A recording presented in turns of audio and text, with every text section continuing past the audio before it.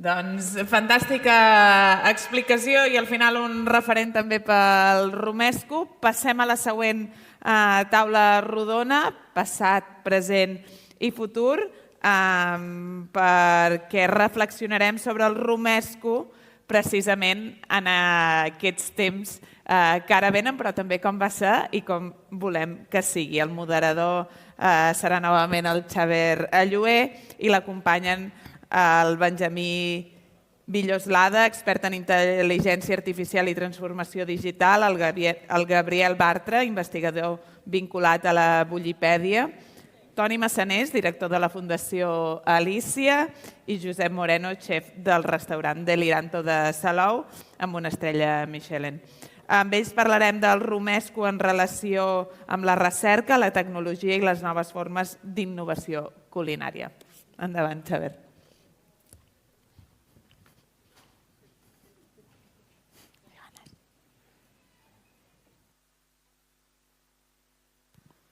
Moltes gràcies. Tenim, Roberto, magnífic, hem après, sabem que ens queda molta feina i que per mi és la principal conclusió per ara és que ens queda molt per fer i això està bé perquè els que ens dediquem a això tindrem feina. Tenim taules rodones que s'han centrat molt en el present, després d'aquesta tenim una que mira enrere i aquesta mira al futur, però no volem parlar d'un futur imaginat, sinó d'un futur. Gibson diu que el futur ja ha arribat, però que té una distribució irregular. És a dir, que hi ha gent que a dia d'avui fa coses que fa 6 mesos eren impossibles perquè no existia la tecnologia, i hi ha gent entre vosaltres que viu amb una tecnologia o fa una vida diària que fa 10 anys hagués estat pràcticament igual. Començarem amb el Benjamí, que és un tecnòleg que fa servir la intel·ligència artificial i que m'ha fet diverses propostes, fins i tot un gelat de Romesco passat per la intel·ligència artificial, i ara farem una primera ronda d'aquelles coses que acaben d'arribar, és a dir, no estem parlant de futurs imaginats, sinó de coses que s'estan fent avui i que són vanguarda. Què ens pots dir? Bon dia. Gràcies per... No sé si està encès. Bé, mentre l'encens, jo agafo aquest. Bon dia, gràcies per donar l'oportunitat a la intel·ligència artificial, que sóc una rara avis entre molts bons cuiners.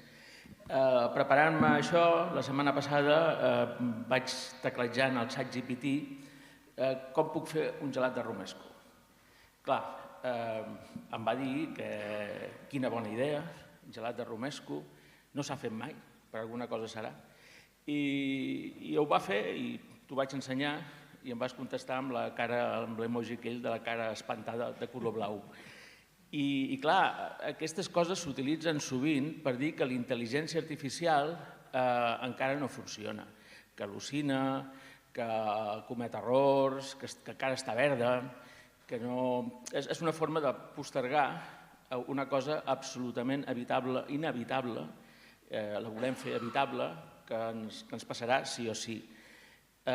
Però aquesta cosa no deixa de ser una forma de... És un error parlar tant dels errors de la intel·ligència artificial. Per què va passar això? Imaginem que la persona, que en comptes de ser un sistema de molts de servidors, al darrere hi hagués una persona, la intel·ligència artificial fos una persona, segurament hauria pensat què li passa al Benjamí que m'ha preguntat això?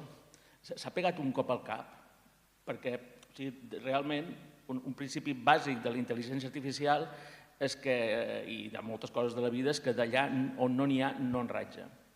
I en aquest cas, del tema gelat, sí que n'hi ha, perquè hi ha molta informació i ha après molt la intel·ligència artificial sobre el tema gelat, però pebres, tot això ho va improvisar, perquè no n'hi ha.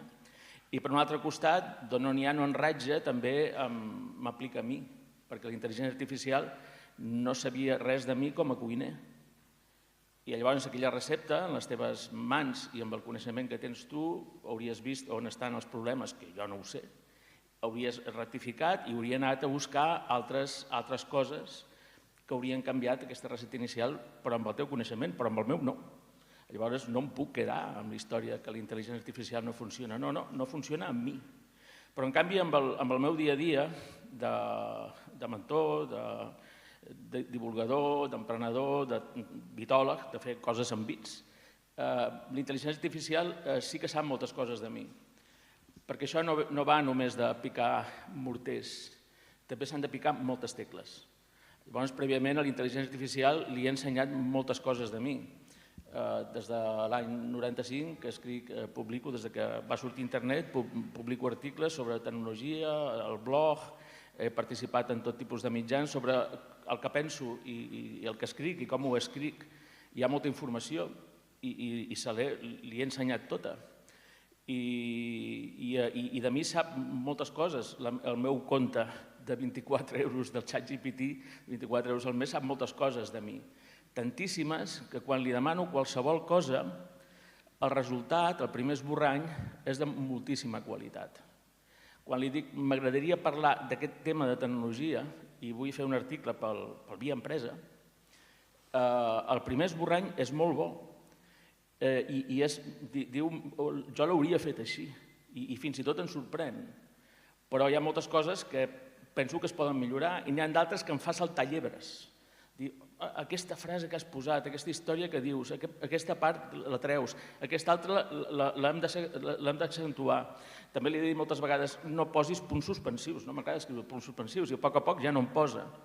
I a poc el resultat de tenir la intel·ligència artificial entrenada amb la meva manera de fer les coses i com a professional, el resultat és una productivitat tremenda. I això, aplicat en el món de la cuina, penso que us serveix per innovar d'una forma tremenda també.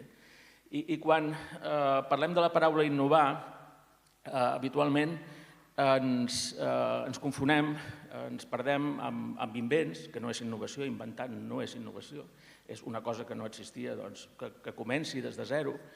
La innovació no ho és, això. Tampoc és investigació primària. A vegades innovar es confon amb investigar, no té res a veure. És molt difícil d'explicar el que és la innovació, excepte quan llegeixes un eufemisme del Jorge Wagensberg, que era una fàbrica d'eufemismes, que diu que innovar és fer que una cosa qualsevol deixi de ser qualsevol cosa. I els cuiners treballeu en coses qualsevols. Les matèries primeres vostres són molt conegudes i estan al mercat, estan molt ben documentades arreu. Llavors, amb informació d'això en té moltíssima la intel·ligència artificial. Llavors, si en això li afegiu que en comptes de només picar morters, també piqueu tecles i expliqueu com veieu vosaltres la cuina, expliqueu què és el que us agrada, sobretot que no és el que us agrada. Parleu molt en l'intel·ligència artificial, li passeu molt de coneixement sobre vosaltres, la vostra manera de fer-ho, i a més li expliqueu com si fos un nen de 6 anys, això s'ha de tenir en compte sempre, que la intel·ligència artificial s'ha de tractar com un nen de 6 anys. Si això ho feu, arribareu a tenir un col·laborador únic, que quan vulgueu convertir una cosa qualsevol, matèries primeres qualsevol, en una cosa que no sigui qualsevol cosa, sinó que sigui un guau, tindreu una font de coneixement o d'aixecar llibres, d'aixecar-vos idees, les idees que aixequi, després practicar-les, ratificar-lo, que serà enorme. I això em porta cap a una altra frase d'un altre pensador que admiro, l'Edward O. Wilson, que igual que el Jorge Wagensberg ja ens va deixar, que diu que un gran problema de la humanitat és que tenim mentalitat o emocions del paleolític, tenim institucions medievals i tecnologia de déus. Llavors, si vosaltres, a base de picar molt, i piqueu molt, arribarà un moment que us semblarà que esteu parlant amb Déu. I Déu, aquest Déu, va decidir que hi hagués una santa que es digués Santa Tecla. Casualitat? Aquí ho deixo. Que bé, interessantíssim. Vull acabar aquesta primera ronda a la cuina amb el Pep. Ara passem, perquè ell cuina cada dia i això ens posarà els peus a terra del que digui la resta. Anem ara amb la Fundació Alícia, amb el Toni Massanés, perquè em parli una mica del que té preparat, perquè sé que s'ha preparat algunes idees, però com entén ell el futur? Pónmelo chiquitín. Vale. Passa. Nosaltres... Clar, jo em veu dir, primer, després heu tret això del passat, present i futur, diguéssim, o poder és que no em vaig acabar de llegir el correu, cosa que també sol passar, però primer em vau dir que era intel·ligència artificial i romesco, no? Era ell, intel·ligència artificial i romesco. Però d'algun puesto ho vaig treure. Però perfecte, t'ho agafo perfecte. Ara ja sé que això, total, que jo vaig preparar-me això i per tant us ho volia... Vosaltres treballeu a la Fundació Alícia segur. Sí. De fet, començàvem una mica. Nosaltres treballem, evidentment no desenvolupem intel·ligència artificial, però sí que treballem molt. Nosaltres tenim, evidentment, necessitem tenir un observatori permanent de tendències i tecnologies alimentàries, i ingredients, processos, això, que és el que li agrada a la gent, totes aquestes coses que anem actualitzant. I una de les coses que fa molts anys que vam començar a veure, abans que sortís el GPT i totes aquestes coses, és que la intel·ligència artificial ens podia ajudar molt, diguéssim, als nostres processos. De fet, un episodi del gastronòmic, diguéssim que conegut amb una certa difusió que hi va haver fa poc a Sant Sebastià Gastronòmiques, que es va fer que Ricard Camarena no s'enfrontés a la màquina, diguéssim, com el Deep Blue, diguéssim, gastronòmic, i a cegues, uns crítics gastronòmics, i el Joan Roca, el Capel, no sé què, tenien que triar quin era el que cuinava molt bé, tot Déu acollonit, perquè no guanyessin el gran Ricard, evidentment. És igual, però les mans de la màquina érem la Fundació Alícia perquè ens interessava molt explorar totes aquestes coses amb l'Enico Ashbe. I per tant estem molt amb aquestes coses i de fet ja les hem treballat. Passa, sisplau, amb el nostre portal de càncer, que sabeu que Oncolícia em faig propaganda perquè és el portal més complet per menjar durant el tractament de càncer que hi ha al món amb diferència, etc. No és una de les nostres cores, diguéssim, de coneixement, que desgraciadament a tots us interessa, perquè és així, però sabem que hi ha tantíssima informació aquí dintre, tan interactiva, que amb els professionals sí, però els hi costa molt a la gent d'arribar a trobar els consells, les receptes, etc. A vegades el seu tipus de tumor, el seu tipus de tractament, que menjo cada dia per esmorzar, i que estic en aquest lloc, o sigui, tota aquesta cosa, no m'agraden aquestes coses, total, que ja sabem que la intel·ligència artificial, els grans models de llenguatge, ens poden servir molt per ajudar-ho. I passa, el primer concurs que es va fer a Europa, la primera convocatòria competitiva que es va fer a Europa de Foodity, que volia dir com fem servir la intel·ligència de dades per ajudar i respectant, diguéssim, la privacitat, que és molt important, etc., ajudar a la gent a menjar millor, es van presentar 110 equips formats per desenvolupadors d'intel·ligència artificial i especialistes en matèries. D'aquests 110 que es van presentar a tota Europa, es van triar 6 projectes perquè es desenvolupessin en una primera fase, d'aquests 6 se'n van triar 3, d'aquests 3 se'n va triar un, i aquest un va ser, d'aquests 110, van ser el nostre prova de concepte sobre com aplicaven aquesta intel·ligència artificial per fer més fàcil la interacció. En aquest cas ho vam fer amb un pilot dedicat al càncer de colon. Vull dir que ja, també m'he tirat el farol, no sé si ho heu notat, que vam guanyar el primer concurs d'intel·ligència, ja era interessant de fer-ho, però un cop dit això també el fem servir per coses molt més senzilles i molt més pràctiques i molt més d'usuari que pot fer servir tothom a casa. Si ho canvies i pots engegar-lo, si pot ser. Ara és la prova del foc, per dir que engega el vídeo. Això era que volia sortir tu aquí, guapo. Sí, no. Engegues... No, s'engega el vídeo? Bueno, és igual. No és igual, però hi provo, però no sé què. Aquests són 2 vídeos, diguéssim, on explico una cosa, fa poc he estat a la Índia, en hindi, movent-me i parlant, i ho explico primer en castellà, després en hindi, amb la meva veu i amb tots els gestos, diguéssim, i adaptats. Evidentment no he parlat mai hindi, no en sé ni una paraula. I algú t'ha dit si estava bé o...? Però això m'ha dit, no he ni mirat, és igual. No, és igual, perquè... I ho he fet, i amb una prova gratuïta, és que és així senzill. Però és que el més espectacular d'això, que per això em sap greu que no es vegi, és que en realitat el vídeo no és ni un vídeo. O sigui, és aquesta foto només, i per tant la dinamització, on a més somric, em moc, no sé què, no sé quantos, és amb intel·ligència artificial.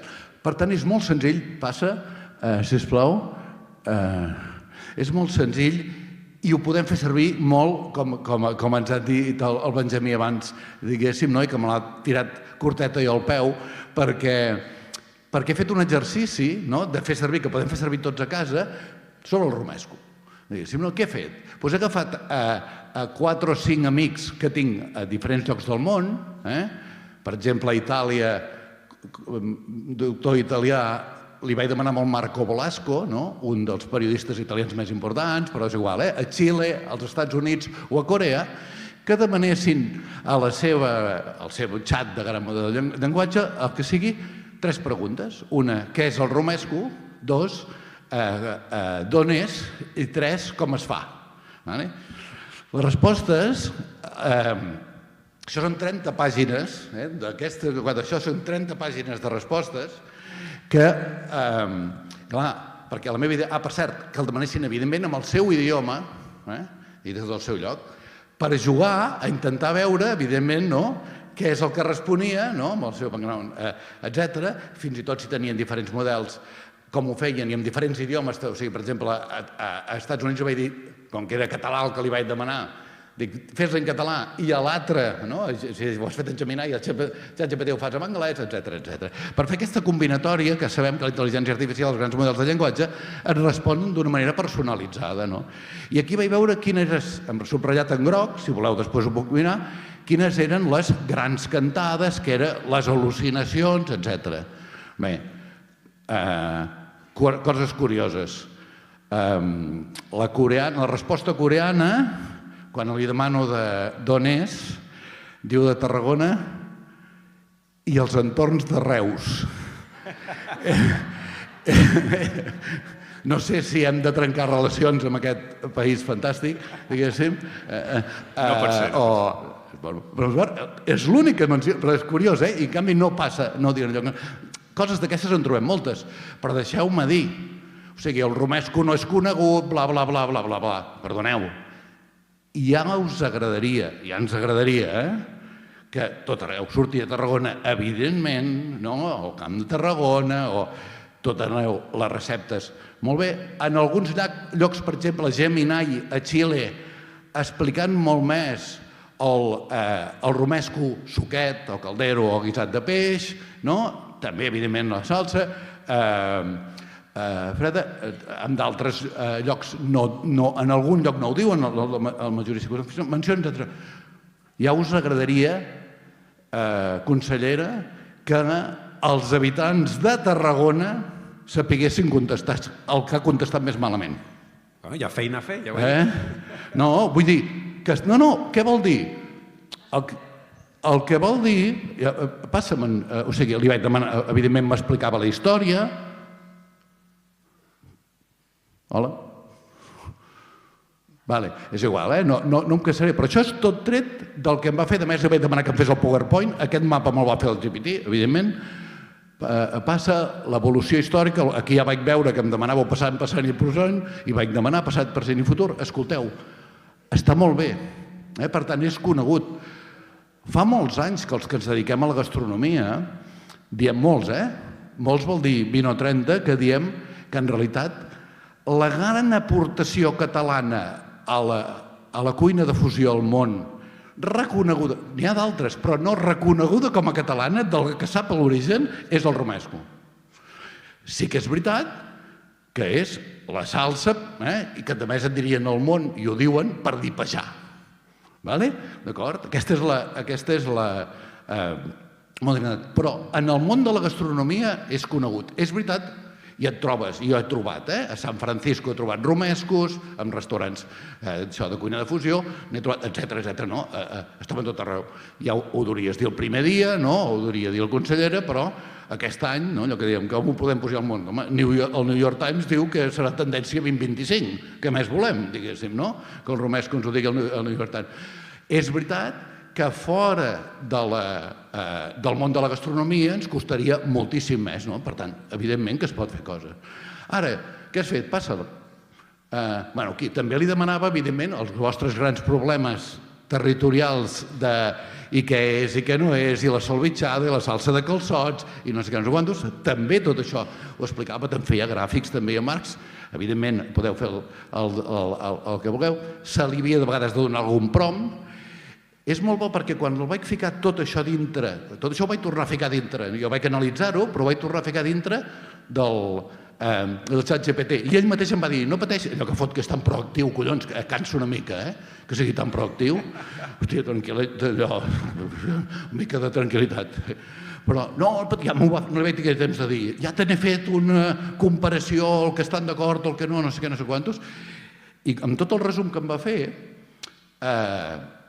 jo li vaig dir, ostres, et deixes el romesco com a guisat de terra i de mar, o com vulgueu, com a suquet, digueu-li com vulgueu. I em va contestar, no, li vaig dir, i aquesta, la remoscada, el romesco com això, diu, sí, és veritat, també es fa així, diu, però tu m'has demanat la salsa. I dic, no és veritat. Li vaig dir, no és veritat. Tens raó, no m'ho has demanat, ja ho havia pensat, allò que fot. Però vull dir que hi ha aquesta cosa que en realitat és veritat, el que sabem que el món està posicionat, ho dic perquè ho tinguem clar, diguéssim, per què? Perquè és, deixeu-me dir, perquè és lo modern. Jo no dic que sigui lo bo, jo dic que és lo modern, claríssimament és lo contemporani. Passa. I el futur? El futur l'heu de decidir vosaltres. Això aquí també anaven apareixent coses, però ja, això. El futur el decidirà aquest coneixement que està al món, no el decidireu vosaltres.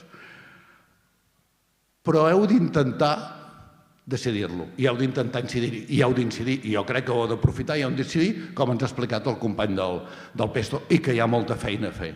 Amb això, diguéssim, hi ha la pulsió entre conservar, que sempre hi és amb tota riquesa, amb tot tresor, i tenir un tresor amb el romesco. Per què? Perquè el món vol lo ètnic. Parlem de creativitat, de no sé què, no sé quantos. El món vol lo ètnic. El món vol el hummus. Què ho peta? El hummus, el pesto, el guacamole, és que tot és el que peta. Llavors ells ho agafen i fan així, i vola, i totes aquestes coses. Al final, la cuina, diguéssim, i ho sabem tots. I el romesco té aquesta tipicitat, aquest origen. Ara, entre la cosa de conservar les essències, aquesta pulsió que hi ha de ser, que és insoluble, diguéssim, i la cosa, sí, però volem que el món ens miri, diguéssim, no? Doncs això, heu de tenir una política. Això és governança. Esclar que sí, què heu de fer fins ara, a partir d'ara? Doncs heu de tenir una estratègia i després el món us farà més cas o menys, però heu de tenir una estratègia. Hem de tenir una estratègia. Jo estic orgullosíssim quan vaig pel món, evidentment. Vull dir, aquesta idea pròpia de només la volem a Tarragona ciutat o ens obrim? L'altre també ho és o no? Els de Valls no? Bueno, això ho haureu de posar. I no, insisteixo, hi haurà de ser. I aquesta és la gràcia. Volem defensar el guisat o que quan vinguin aquí hi ha d'haver una estratègia, jo crec que és molt important, i això és el que heu de fer vosaltres. De passada, si us podeu permetre, com el company, anar voltant pel món, si no hi vols anar, Xaver, ja hi aniré jo, o t'acompanyo, diguéssim, no? També ho ha dit, aquí, bueno, hòstia, fotrem un d'això. I llavors també n'ha parlat el company, acabo ja, és l'últim. Ens hem de plantejar si volem fer salses industrials, si no, i la pròpia Maria ho deia, escolta, claríssimament, la gent deixa de cuinar, ja n'hi ha, ja ho sabem. No són autèntics, només són autèntics els de casa, només són...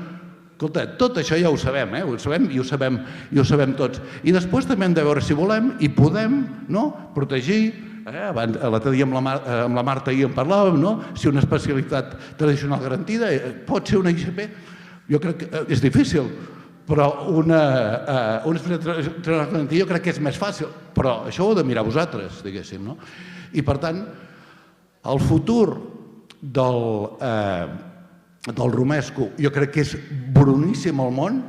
Per Tarragona, pel Camp de Tarragona i per Catalunya és una oportunitat, és una realitat, però és una oportunitat, és un tresor fantàstic.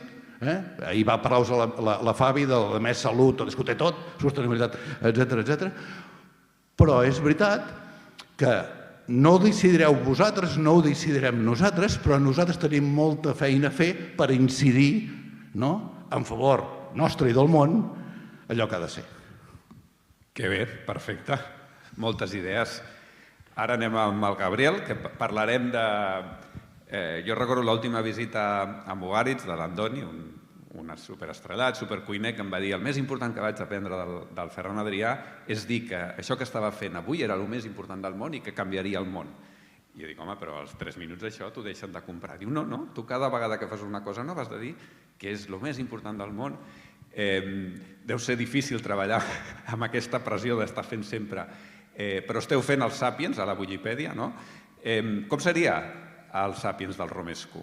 Primer explica'ns una mica què és el Sàpiens. El Sàpiens, ostres... En un minut. En un minut. Bueno, és una metodologia que està formada per 5 mètodes i que al final és una traducció de la manera de treballar de l'equip del Ferran Adrià al Bulli, que al final era un xat GPT, perquè era com si parlessis a un noi de 6 anys i feia les mateixes preguntes. I aquest és el Ferran. Si no el coneixeu, és així, no? Sí o no? Doncs fa aquestes preguntes. El nostre xat GPT, jo també pensava això de la intel·ligència artificial, per això abans de començar el que vaig fer és preguntar a la meva arqueòloga de capçalera tot el tema del romesco, on podríem buscar els orígens. Està clar que tradicional no ho és. Jo soc de Cambrils, o sigui que ja sabeu d'on és el romesco, segur. De Tarragona, no. Això és per crear sempre amics, perquè m'agrada tindre una bona claca.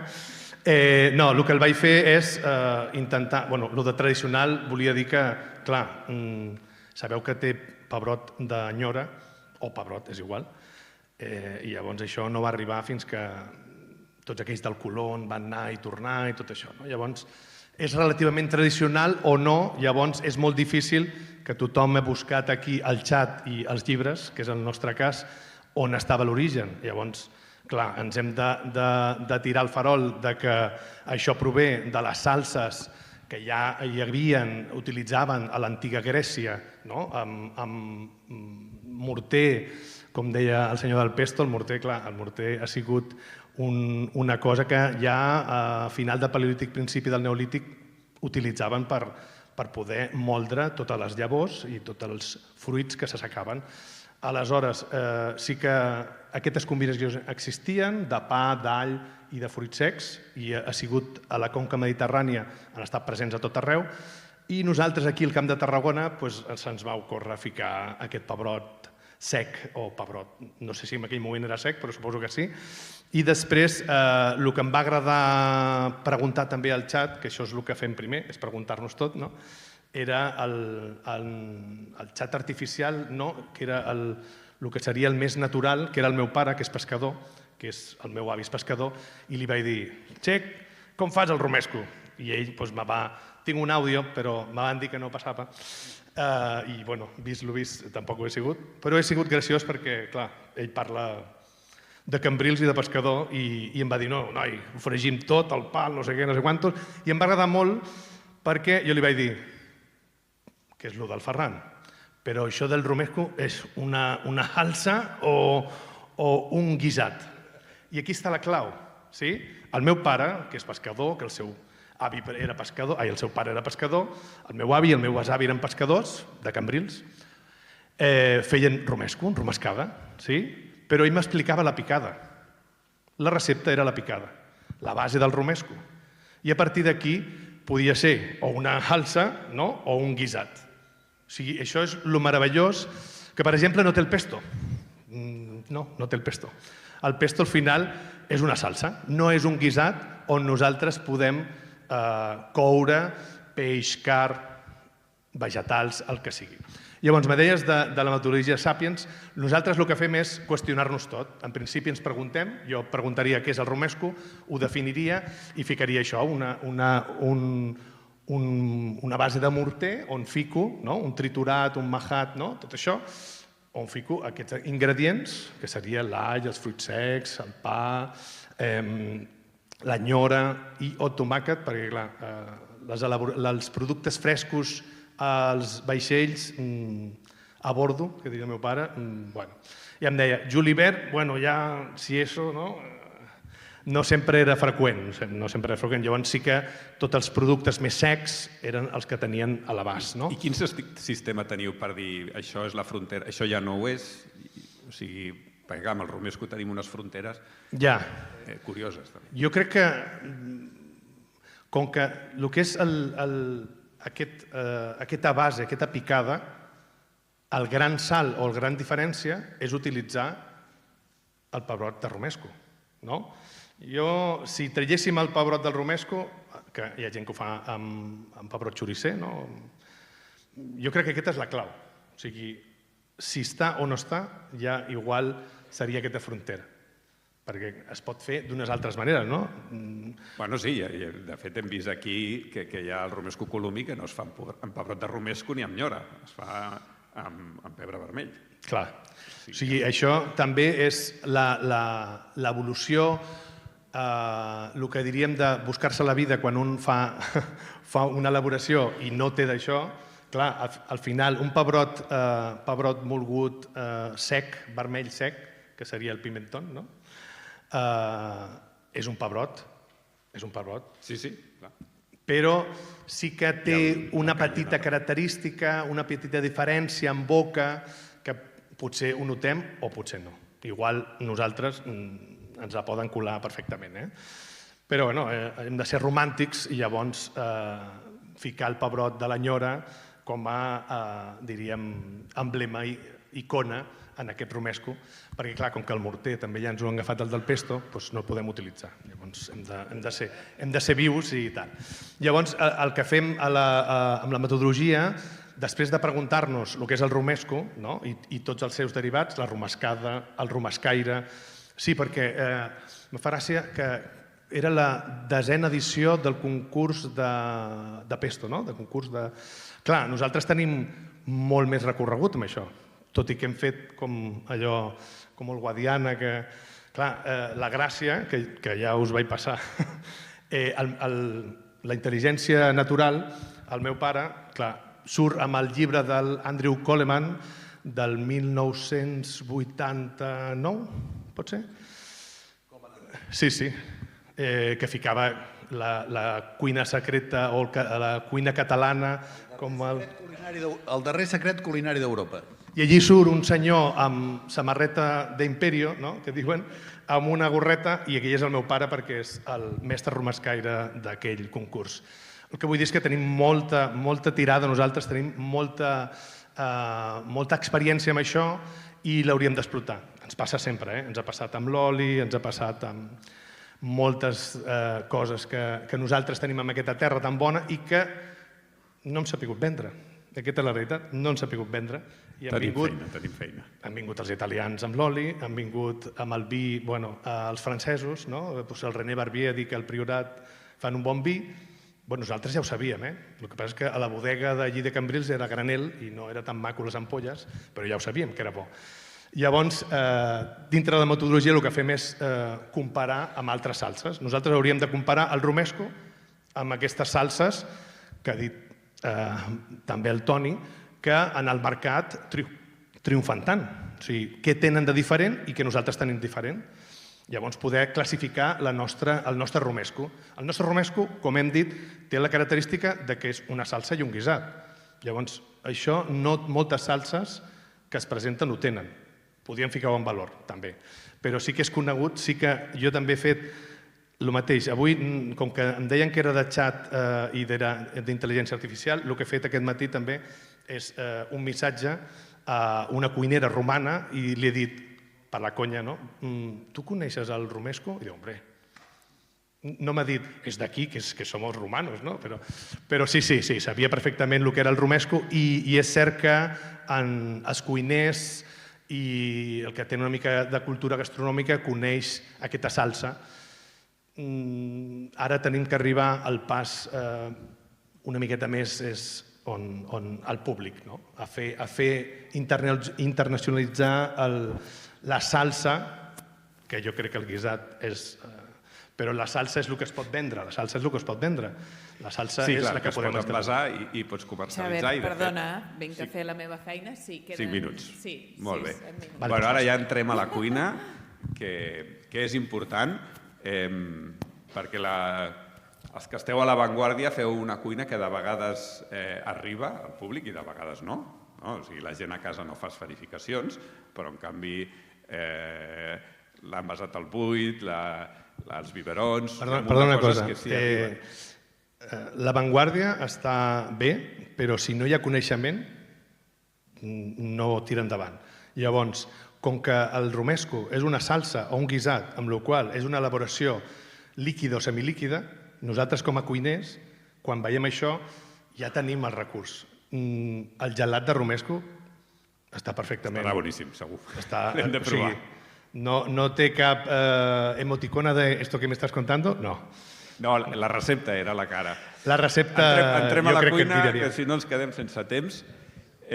Com veus tu aquesta frontera entre el present i el futur a la teva cuina? I després has de parlar una mica... O sigui, això és genèric i ens has de parlar una mica de romesco també. Bueno, jo estic d'acord amb el xat GPT del Toni, que és dels voltants de Reus perquè és de Valls, no és de Tarragona. No, a veure, la gràcia d'aquesta zona és que el romesco, com deia el Gabriel, n'hi ha milions d'aplicacions. O sigui, pot ser una salsa, pot ser un guisat. Al final no és ni una salsa ni un guisat, és una picada que hem adaptat a 1000 coses. Aquesta és la gràcia del romesco i la que el pot fer triomfar en el món que vivim avui. Perquè, com deien ells perfectament, si una cosa està triomfant al món és les salses per dipejar, la facilitat de transportar, vendre, fer en qualsevol lloc, adaptar a diferents coses. Hi ha humus de llenties, humus de cigrons, humus de mongeta, perquè no hi pot haver romescos de pebrot rostit, perquè no piqui tant, perquè no sigui fumat. O sigui, podem fer el que vulguem amb aquest romesco. I és el que no només fa que sigui bo, bo ja ho és. La salsa tailandesa, que té de gràcia? Que s'ha convertit en una salsa per dipejar, no ho era. El pesto quina gràcia té? Que és per dipejar, que és fàcil adaptar-ho a qualsevol cosa, que és més semblant a com mengem avui en dia, que ho pots ficar en un biberó i ficar un punt, que pots ficar-ho en un bol per poder anar mullant. Aquesta és la gràcia que té ara mateix la salsa per damunt del guisat. I també hi ha una cosa que és la temperatura. Avui en dia aquí fa més calor que fa 50 anys. Llavors, menjar un plat de cullera amb salsa potent va menys amb la nostra manera de menjar a dia d'avui que no amb la salsa de calçot, perquè ens entenguem. Aquesta fórmula del romesco de salsa freda, de poder salsejar, dipejar, és molt més còmode, és molt més vendible i això també fa que els restaurants ho estiguin fent servir. Nosaltres ho fem servir en un dels 2 restaurants. Potser tenim que mirar les coses que no hem sabut vendre, perquè avui en dia és més difícil, però al seu moment a Cambrils era impossible no sentar-te en una taula i que et fiquessin el romesco i l'alioli, que era una gran idea per demostrar identitat, tradició, ètnia, i avui en dia costa una mica més. Potser això és una llàstima, que igual que fiquem l'oli d'oliva, que està molt bé, però l'oli d'oliva és mediterrani, ostres, tornar a ficar aquest bol de salsa de romesco i te compro l'alioli, que també és molt nostre, seria una manera d'identitat de ficar. Potser podíem pensar entre tots de fer una manera, una salsa embotada petita i donar d'alguna manera als turistes, potenciar que els hotels donguin un pot de romesco per emportar-se. Si anem a un restaurant gastronòmic de gamma alta, no cal dir noms, tots sabrem quin restaurant és, a la zona de Mòdena, quan te'n anaves, almenys abans t'emportaves una ampolla de vinagre de Mòdena. Per què? Perquè això és ètnic, és identitari, és tradicional i demostra companyonia, demostra voler dir què tens tu de diferent del reste del món i vols compartir amb els altres. Això és el que jo crec que pot fer gran el romesco i pot fer gran a la cuina al voltant del romesco. Moltes gràcies. Una de les idees d'aquest congrés era que ens quedéssim a totes les taules rodones amb ganes de més. És a dir, aquí ningú ha pogut avorrir-se i s'ha quedat amb ganes de més. Per això tenim els cafès, us recordo, i els dinars, perquè interpel·leu els ponents. I ara anem a la cuina, no? Sí, ens n'anem tots cap a l'espai de cuina que gaudirem d'una nova sessió. No marxeu, que farem una foto de família aquí davant, que és una cosa que han demanat. Si hi ha el fotògraf, li demanem que... Sí?